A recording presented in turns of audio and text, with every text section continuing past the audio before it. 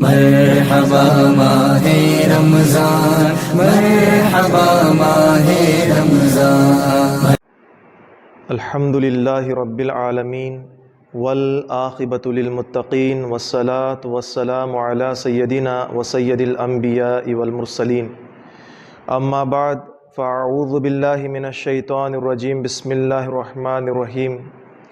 قال النبی صلی اللہ تعالی علیہ وسلم قال الصوم تصحر، صدق اللہ العظیم، صدق رسولہ النبی الامین المتین الکریم، وَنَحْنُ عَلَى ذَلِكَ لَمِنَ الشَّاهِدِينَ وَالشَّاكِرِينَ وَالْحَمْدُ لِلَّهِ رَبِّ الْعَالَمِينَ۔ برادران ملت اسلامیہ و حاضرین بزم، ہرا اسلامک چینل کے ناظرین و سامعین، السلام علیکم ورحمۃ اللہ وبرکاتہ۔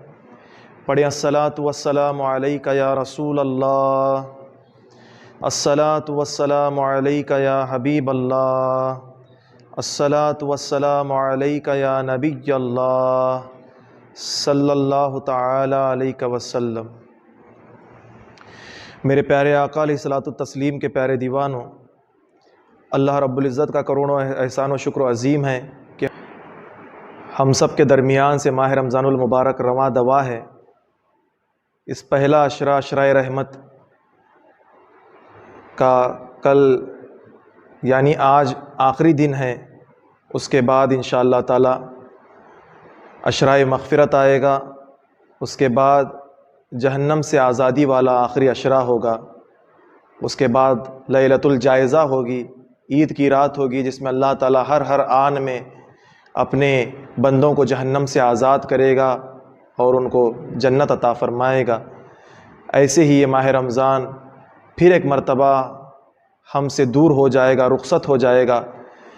اس لیے میرے پیارے آقا علیہ السلام کے پیارے دیوانوں، جتنے ایام اس مبارک مہینے کے ہم سب کے درمیان بچے ہوئے ہیں، اس میں کثرت کے ساتھ اللہ رب العزت کی بندگی کرنے کی کوشش کریں، رب کو راضی کرنے کی کوشش کریں۔ دیکھیں کوئی ہم سے ناراض ہوتا ہے تو ہمیں اس بات کی فکر ہوتی ہے کہ فلاں دوست کو کیسے راضی کریں، ماں کو کیسے راضی کروں، باپ کو کیسے راضی کروں، بہن کو کیسے راضی کروں، بھائی کو کیسے راضی کروں۔ مگر پوری دنیا کے خیال رکھنے والے شخص کبھی یہ سوچا کہ میرے رب کو میں کیسے راضی کروں۔ میرے پیارے آقا علیہ السلام کے پیارے دیوانوں، بڑا پرحسین ماحول، پرحسین موقع اللہ رب العزت نے ماہ رمضان المبارک کی شکل میں ہمیں عطا کیا ہے۔ اس میں کثرت کے ساتھ اللہ کی بارگاہ میں توبہ کریں، گڑ گڑائیں، روئیں، التجائیں کریں۔ اللہ رب العزت بہتر ہمارے گناہوں کو معاف فرمائے گا اور اپنے حبیب پاک صلی اللہ علیہ وسلم کے صدقہ و توسل سے ہم سب کی بخشش و مغفرت فرمائے گا۔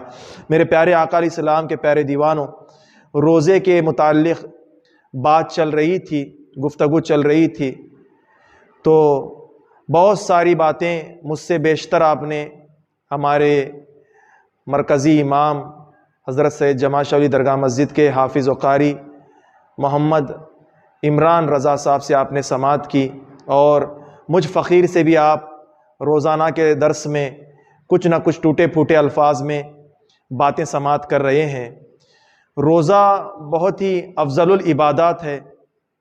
آپ دیکھیں اللہ رب العزت نے اس روزے کو اتنا مقام و مرتبہ کیوں عطا کیا، اس بات سے آج ہم جانیں گے۔ حج یہ بھی عبادت ہے، مگر اللہ رب العزت نے حج کے حوالے سے یہ کہیں نہیں کہا کہ حج میرے لیے ہے اور حج کی جزا میں ہوں، حج کا بدلہ میں ہوں۔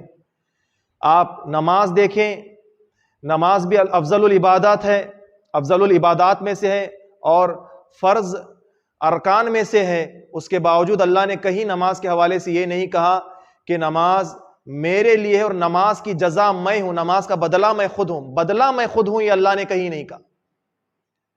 اور آپ اسی طریقے سے زکوٰۃ لیں، زکوٰۃ بھی ارکان اسلام میں سے ہے، فرض عبادت ہے۔ اللہ رب العزت نے زکوٰۃ کے حوالے سے کہیں نہیں کہا کہ زکوٰۃ میرے لیے ہے اور زکوٰۃ کا بدلہ میں ہوں۔ اب روزے کے حوالے سے آپ آگے بڑھیں تو آپ کو پتا چلے گا، اللہ فرماتا ہے روزہ میرے لیے ہے اور روزے کی جزا میں خود ہوں، روزے کا بدلہ میں خود ہوں۔ آخر ایسا کیوں؟ وجہ یہ ہے کہ نماز ظاہری عبادت ہے، نماز نظر آنے والی ہے، روزہ یہ پوشیدہ عبادت ہے، زکوٰۃ ظاہری عبادت ہے، یہ نظر آنے والی ہے. روزہ پوشیدہ عبادت ہے، نظر نہیں آنے والی عبادت ہے. آپ اسی طریقے سے آگے بڑھیں، آپ بے شمار عبادتوں کو دیکھیں، جائزہ لیں. بہت ساری عبادتیں ظاہری ہیں، نظر آنے والی ہیں، مگر اللہ رب العزت نے روزے کے حوالے سے آخر ایسا کیوں فرمایا؟ اس کی واحد وجہ یہ ہے کیونکہ روزہ بندے اور خدا کے درمیان ایک پوشیدہ راز کا نام ہے. یا تو جس نے روزہ رکھا ہے اس کو اس کا علم ہوتا ہے کہ میں روزے سے ہوں، یا تو جس کے لیے اس نے روزہ رکھا ہے اس کو معلوم ہوتا ہے کہ میرا بندہ روزے سے ہے. سبحان اللہ. آپ اندازہ لگائیں میرے پیارے آقا علیہ السلام کے پیارے دیوانوں، باپ کے ساتھ بیٹھ کر سحری کی، ماں کے ساتھ بیٹھ کر سحری کی. اب سحری کرنے سے معلوم ہو رہا ہے کہ بچہ سحری کر رہا ہے، بیٹا سحری کر رہا ہے، بیٹی سحری کر رہی ہے، باپ سحری کر رہا ہے، ماں سحری کر رہا ہے، سامنے بیٹھ کر کھا پی رہے ہیں. اس سے ظاہر ہو رہا ہے کہ سحری کر رہے ہیں، امید ہے روزے سے رہیں گے. اب وہی باپ یہ نہیں جانتا کہ کوئی بیٹا کمرے میں بیٹھ کر چھپ کر پانی پی رہا ہے یا نہیں پی رہا ہے، کوئی بیٹا باتھ روم میں جا کر پانی پی رہا ہے یا نہیں پی رہا ہے. کسی کو اس بات کا علم نہیں ہوتا. علم ہوتا ہے تو ہم سب کے خالق و مالک پاک پروردگار عالم کو اس بات کا علم ہوتا ہے کہ میرا بندہ کہاں بیٹھ کر کھا رہا ہے، کہاں بیٹھ کر بھوکا ہے، کہاں بیٹھ کر پیاسا ہے، کہاں کھڑے ہو کر کچھ استعمال کر رہا ہے، کچھ چیزیں نوش فرما رہا ہے. یہ اللہ کے سوا کوئی اور نہیں جانتا. یہی واحد وجہ ہے کہ تمام فرائض میں اس فرض کو یہ چیز امتیاز کرتی ہوئی نظر آتی ہے، اس کا فرق کرتی ہوئی نظر آتی ہے، کیونکہ روزہ واحد ایسی چیز ہے اللہ اور بندے کے درمیان ہی اس بات کا علم ہوتا ہے کہ وہ روزے سے ہے، ان کے علاوہ کسی اور کو نہیں ہوتا. اس لیے اس روزے کو افضل العبادت کہا گیا. آئیے ایک روایت ہم سنتے ہیں. حضرت سیدنا نافع رضی اللہ تعالیٰ عنہ فرماتے ہیں، حضرت سیدنا عبداللہ ابن عمر رضی اللہ تعالیٰ عنہ یعنی کہ امیر المؤمنین عمر ابن خطاب رضی اللہ تعالیٰ عنہ کے شہزادے حضرت عبداللہ رضی اللہ تعالیٰ عنہ فرماتے ہیں، میں اپنے بعض ساتھیوں کے ساتھ ایک سفر میں تھا، راستے سے گزر رہے تھے. سب ساتھیوں نے مشورہ کیا کہ کچھ دیر آرام کرتے ہیں، دسترخوان لگا کر کچھ کھا پی لیتے ہیں. جب کھانا پینا ہو جائے گا دسترخوان سے سیر ہو کر کھائیں گے، سفر کو آگے بڑھائیں گے، سفر آگے کا طے کریں گے. اس نیت سے ہم نے ایک جگہ پڑاؤ ڈالا، دسترخوان لگایا. دسترخوان لگا کر کھانے کی چیزیں ابھی اس پر لگائی تھی کہ ایک بکریاں چرانے والا چرواہا وہاں سے گزرنے لگا. اب وہ ہمارے سامنے سے گزرنے لگا تو جب میں نے اس کو دیکھا، حضرت عبداللہ ابن عمر رضی اللہ تعالیٰ عنہ کہتے ہیں، میں نے اس سے مخاطب ہو کر کہا کہ ہمارے بھائی، تم اتنی دھوپ میں، سختی میں، اتنی سخت دھوپ میں، گرمی میں بکریاں چرا رہے ہو، ہم نے دسترخوان کھانے کے لیے لگایا ہے، اگر تم چاہو تو آؤ ہمارے دسترخوان میں شامل ہو جاؤ، ہمارے ساتھ کھانا تناول فرماؤ. اب یہاں سے ایک بات یہ بھی معلوم ہوئی، بعض مسلمان بیٹھ کر اجماعی طور پر بڑی تعداد میں دسترخوان لگا کر کھانا کھا رہے ہیں، تو ان کے درمیان سے کوئی مسافر گزرے، کوئی مہمان گزرے تو ان لوگوں کو چاہیے کہ اس کو دعوت پیش کریں، اس کو اپنے دسترخوان میں شریک ہونے کی دعوت دیں، اسے بلا کر اپنے قریب بٹھا کر کھانا کھلائیں. یہ بڑا اجر و ثواب کا باعث ہے، یہ بڑے اجر و ثواب کی بات ہے، بابرکت بات ہے. میرے پیارے آقا علیہ السلام کے پیارے دیوانوں، تو میں عرض کر رہا تھا، انہوں نے بلایا. اب وہ چرواہا جو بکریاں چرا رہا تھا، بھیڑ چرا رہا تھا، مخاطب ہو کر کہنے لگا، حضرت میں آج روزے سے ہوں، میں نے روزہ رکھا ہوا ہے. اب حضرت عبداللہ ابن عمر نے جیسے اس کو دیکھا بڑا تعجب کیا کہ اتنی سخت شدید گرمی اور ایسے چٹیل میدان میں پہاڑوں کی جانب بکریوں کو ہانکتا ہوا جا رہا ہے، نکیلے پتھروں کے پہاڑ، اتنی سخت گرمی میں پیاس کیسے برداشت کر رہا ہوگا، اور وہ بھی نفل روزہ رکھا ہوا ہے. میں نے مخاطب ہو کر اس سے کہا، اے میرے بھائی، کیا تو اتنی سخت گرمی میں بھی نفل روزے رکھتا ہے؟ تو اب اس چرواہے کا جواب سنیں. وہ مخاطب ہو کر مجھ سے کہنے لگا کہ حضرت میں اپنے پرانے بیتے ہوئے دنوں کی تلافی اللہ کی بارگاہ میں کر رہا ہوں، معافی کرانا چاہ رہا ہوں. جو میں نے پچھلی زندگی گناہوں میں گزاری، ان روزوں کی بدولت میرا خدا مجھ سے راضی ہو کر اس زندگی کو معاف فرمائے، اس لیے میں روزے رکھا کر رہا ہوں، روزوں کو رکھ رہا ہوں. جیسے ہی اس نے جملے ادا کیے میں بڑا متاثر اس سے ہوا، بڑا شوق میرے اندر پیدا ہوا اس کے حوالے سے. اس کے بعد میں نے سوچا کہ اس کا امتحان لینا چاہیے. یہ بڑا عقل مند مجھے شخص نظر آنے، بھلے ہی بکریاں چرانے والا تھا مگر بڑا عقل والا مجھے معلوم ہوتا تھا۔ میں نے اس سے مخاطب ہو کر کہا اس کا امتحان لینے کے لیے، اگر تم واقعی روزے سے ہو تو ایک کام کرو، یہ جو بھیڑ تم چرا رہے ہو، بکریاں چرا رہے ہو، ان بکریوں میں سے ایک بکری میں خریدنا چاہتا ہوں، ایک بھیڑ مجھے دے دینا، اس کے میں تجھے دینار بھی درہم بھی دے دوں گا، اس کے بعد وہ بھیڑ ہم ذبح کریں گے، ہم گوشت کھا لیں گے، اس کے بعد تجھے بھی کچھ گوشت باندھ کر دے دیں گے، جب تو شام میں جا کر روزہ افطار کر لے گا گوشت بھی کھا لینا، دینار و درہم بھی لے لینا، تیرا نفع ہی نفع ہو جائے گا۔ جب میں نے اس سے سوال کیا، وہ مجھ سے مخاطب ہو کر کہنے لگا کہ حضرت یہ بکریاں میری نہیں ہیں، ان بکریوں کا مالک کوئی اور ہے، میں تو ان بکریوں کی نگرانی کرنے کے لیے آیا ہوں، میں تو ان بکریوں کو چرانے والا ایک غلام ہوں، ایک خادم ہوں۔ جب کہا تو پھر میں نے امتحان لینے کے حوالے سے سوچا، پھر میرے دل میں خیال آیا کہ ایک اور سوال کر لیتا ہوں۔ میں نے اس سے پھر دوبارہ سوال کیا، یہ سوال کرنے کے بعد اس نے مجھے ایسا جواب دیا کہ اس کے ایمان پر مجھے فخر محسوس ہونے لگا۔ آپ قربان جائیں اس دور کے چرواہے بھی کیسے تھے، کیسا ان کا تقوی تھا، کیسا ان کا زہد تھا، کیسا ان کا ایمان تھا۔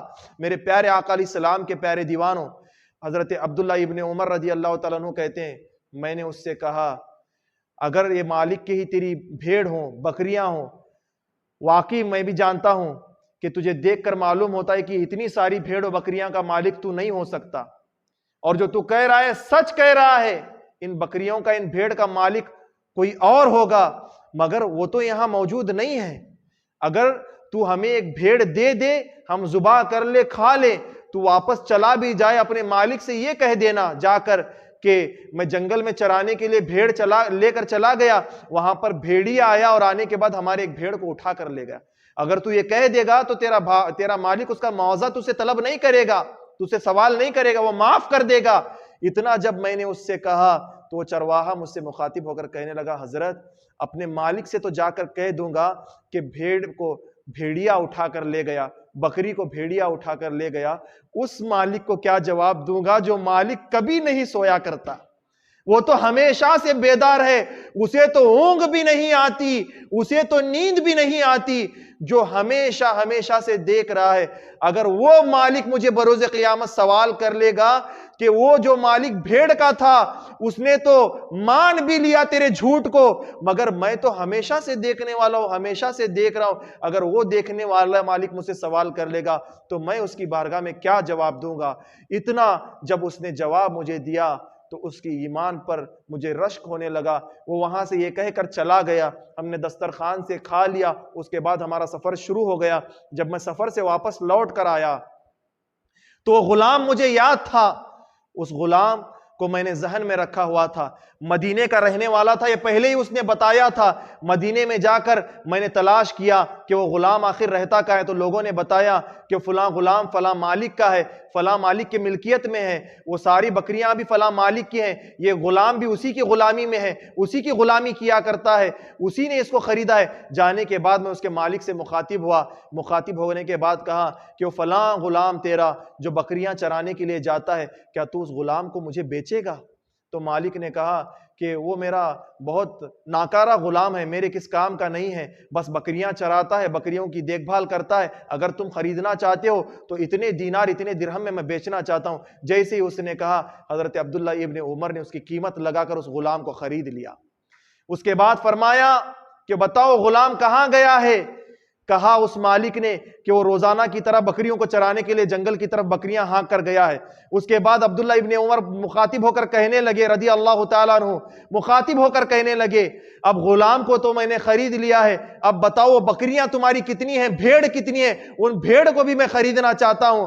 اب ان کے مال کو دیکھ کر، ان کے دینار و درہم کو دیکھ کر وہ مالک بڑا متاثر ہوا، اب گھر بیٹھے اتنا بڑا سودا ہو رہا ہے، اتنا نفع مجھے مل رہا ہے، بڑا متاثر ہوا۔ متاثر ہو کر کہنے لگا، اگر آپ وہ بھیڑ بکریاں بھی خریدنا چاہتے ہیں تو اتنے اتنے دینار اتنے اتنے درہم میں بیچنا چاہتا ہوں۔ یہ کہہ کر ان کی بھی اس نے بولی لگائی، تو حضرت عبداللہ ابن عمر نے ان بکریوں کی بھی، ان بھیڑ کی بھی قیمت ادا کر دی، ان کو بھی خرید لیا۔ اب اس جنگل کا رخ کر لیا عبداللہ ابن عمر نے، وہاں گئے، جانے کے بعد دیکھا وہ چرواہا اللہ کی عبادت کر رہا ہے، بھیڑ جنگل میں چر رہے ہیں۔ جیسے ہی سلام پھیرا، مخاطب ہوئے، مخاطب ہو کر کہا کہ اے اللہ کے بندے، جا تو آج سے اللہ کی رضا کے لیے آزاد کر دیا گیا ہے، آج سے تو اللہ کی رضا کے لیے آزاد کر دیا گیا ہے۔ اب وہ غلام فوراً اٹھ کر کہا کہ مجھ جیسے حقیر غلام کو کون خریدے گا، کون ہے میرا خریدار، کون ہے میرا نیا آقا؟ تو حضرت عبداللہ ابن عمر مخاطب ہو کر کہنے لگے تیرا آقا وہی ہے جس کی تو بندگی کیا کرتا ہے، جس کی تو عبادت کیا کرتا ہے، ہم تو صرف ذریعہ تھے، اسی مالک نے ہمیں تجھے خریدنے کے لیے بھیجا تھا، اسی مالک کا ذریعہ بن کر ہم گئے، جانے کے بعد ایک مالک سے تجھے آزاد کرایا، دوسرے مالک کا تجھے غلام بنا دیا ہے۔ آج سے تو حقیقی مالک کا غلام ہے، جہاں چاہے جا سکتا ہے، جہاں چاہے کھا سکتا ہے، گھوم سکتا ہے، پھر سکتا ہے۔ آج سے تیرا کوئی آقا نہیں، تو خود مختار آج سے بنا دیا گیا ہے، تیرا ایک ہی آقا ہے، تیرا ایک ہی مالک ہے جسے تو راضی کرنے میں لگا ہوا ہے، جس کی تو عبادت و بندگی کر رہا ہے۔ اس کے بعد عبداللہ ابن عمر نے فرمایا اسی پر بس نہیں، جو بھیڑ بکریاں تو چرا رہا ہے، یہ ساری کی ساری بھیڑ و بکریاں بھی اسی حقیقی مالک نے ہم سے خریدوا کر تجھے عطا کروائی ہیں، یہ ساری کی ساری بھیڑ و بکریاں بھی آج سے تیری ہیں، یہ ساری بھیڑ و بکریوں کا بھی مالک آج سے تجھے بنا دیا گیا ہے۔ یہ بھیڑ بکریاں لینا، جس طریقے سے چاہے ان کو چرانا، ان کو کھلانا پلانا، ان سے درہم و دینار حاصل کرنا، اس کے بعد اپنی خود مختاری کی زندگی گزارنا۔ یہ کہہ کر عبداللہ ابن عمر رضی اللہ تعالیٰ عنہ نے اس کو آزاد کر دیا۔ آزاد کرنے کی وجہ کیا تھی؟ وجہ یہ تھی کہ اس بندے کا ایمان کامل تھا، کامل ایمان والا وہ شخص تھا، ایمان اس کا ڈگمگایا نہیں۔ جب اس سے حسرت بھرے سوالات کیے گئے، اس کے مطالبات پورے کرنے کے سوالات کیے گئے، اس کا ایمان ٹس سے مس نہیں ہوا۔ اگر ایمان کے حوالے سے گفتگو کروں تو رات گزر جائے گی، بات مکمل نہ ہو سکے گی۔ انشاءاللہ آنے والی نشست میں پھر اللہ کی توفیق سے اگر موقع ملا تو آگے کے واقعات آپ سماعت کرنے کی انشاءاللہ کوشش کریں گے، اور ہم اللہ کی توفیق سے بتانے کی سعادت حاصل کریں گے۔ میرے کہنے سننے میں کسی قسم کی غلطیاں خامیاں ہوئیں تو اللہ رب العزت معاف عطا فرمائے۔ ہم سب کے یہاں آنے کو، بیٹھنے کو، سننے سنانے کو اپنی بارگاہ میں قبول عطا فرمائے۔ استغفر اللہ ربی من کل ذنب و خطیئۃ واتوب الیہ۔ کرو مقبول سنی دعوت اسلامی کو آقا، کرے ہے عرض یہ شاکر تمہارا یا رسول اللہ، وما علینا الا البلاغ۔ السلام علیکم ورحمۃ اللہ وبرکاتہ۔ سنی دعوت اسلامی کی دعوت عرش و عام